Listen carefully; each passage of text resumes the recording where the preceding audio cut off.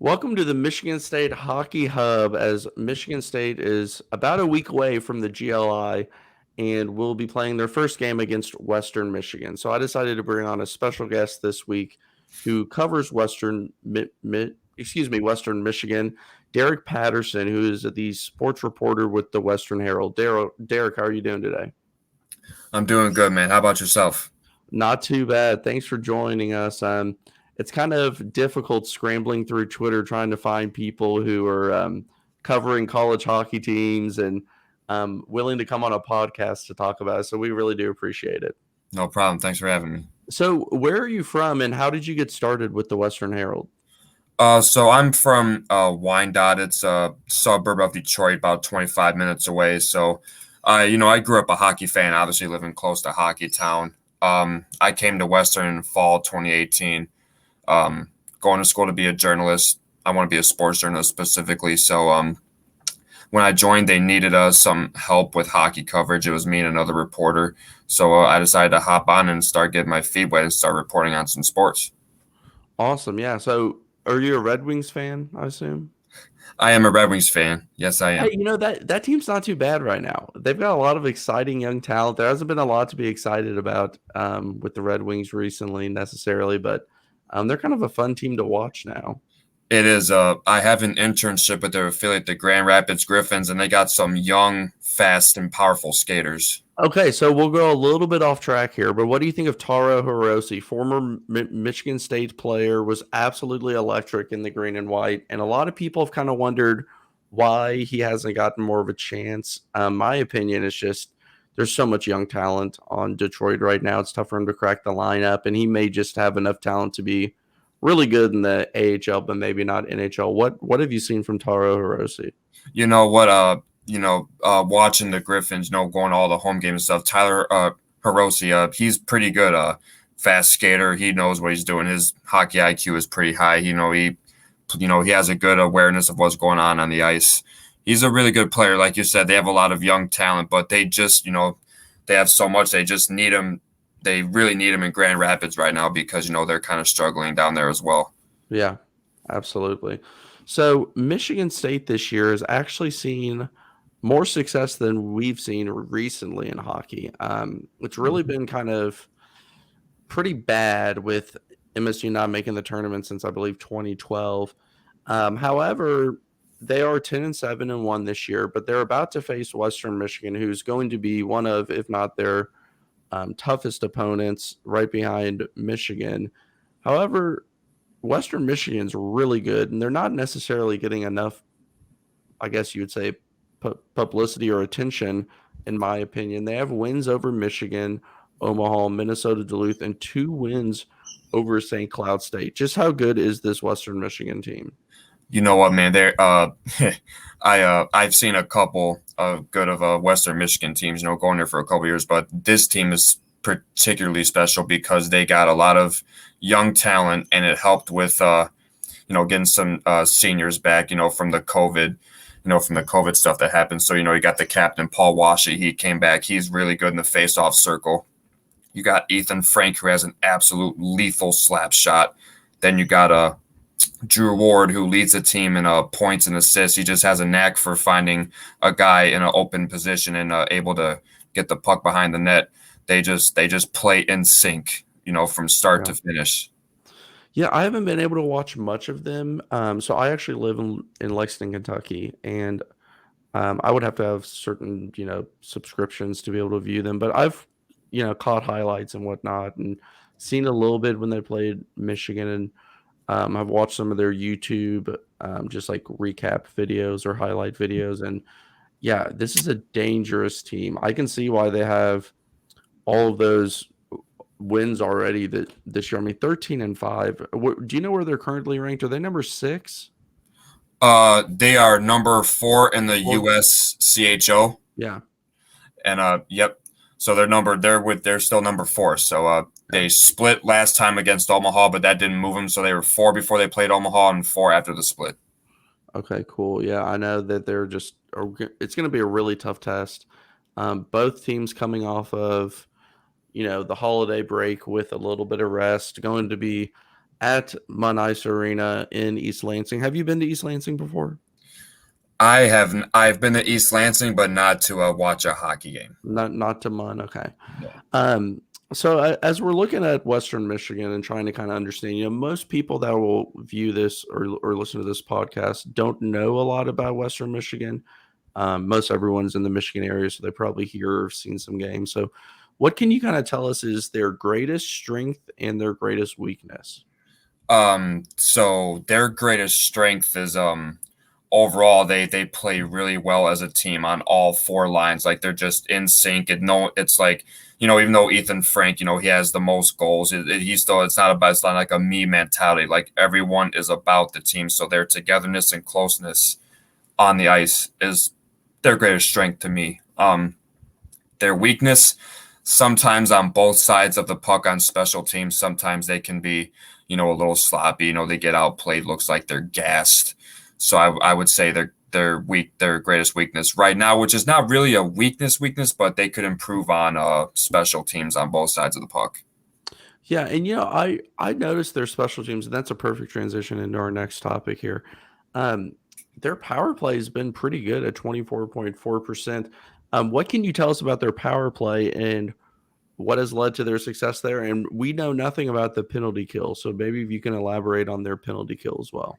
Right. So like I said, it really isn't a weakness, but that power play percentage is really good. But I would, it's an inconsistent type of thing. They could be really, really hot, nail every penalty power play opportunity, but then the next night, they get shut out. But I would say their greatest strength is on the power play is when they are on the power play, they really cram it to the opponent. Like they know how to keep the puck in their end of the ice and just rack up opportunities on the shots.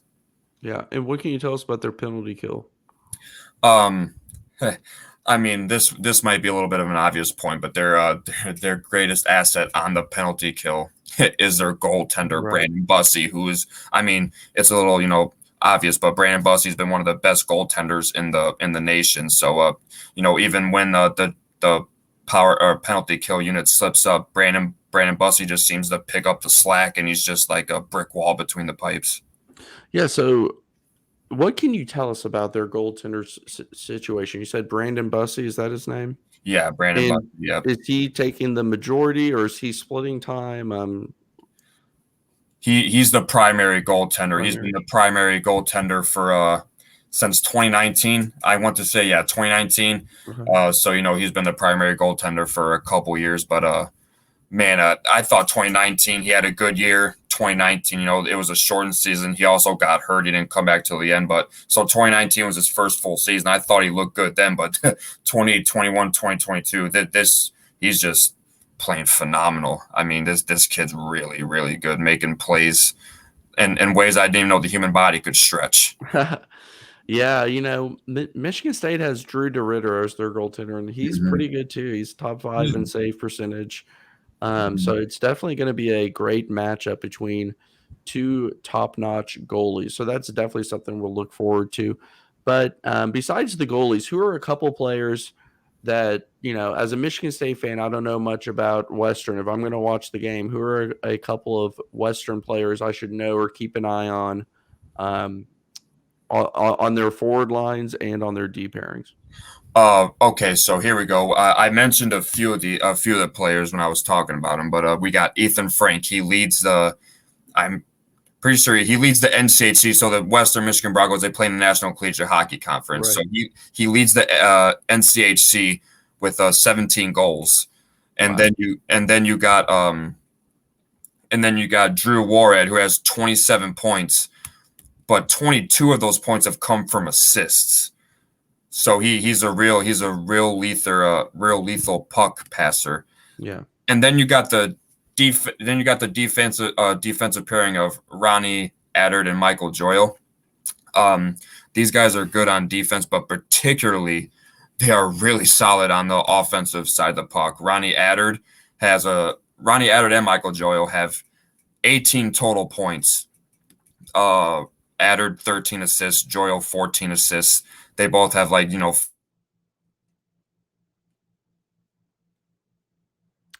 Are you there? We might have. Really dangerous when they can be great offensive producers as well. Yeah. Sorry about that. You froze for a second, but I think we got Oh, all of that as well. okay. So moving on, this is going to be a tough matchup for the Spartans, but Michigan State's no slouch. What does what does Western Michigan have to do in order to win this game? What's the keys to their success? So the series finale against Omaha, their offense got shut out. They lost 1-0. But that's been like their biggest strength is their offense. They just know how to score. But their that shutout against Omaha was the goalie was just really on because they also got 41 shots on the net.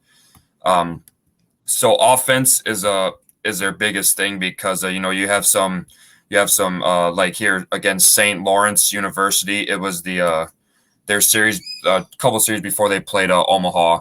They scored 13 goals in that 2-game series, and then against Miami of Ohio, they scored another 11 goals in that series. Wow. Okay. So they just know how to find the back of the net like none other.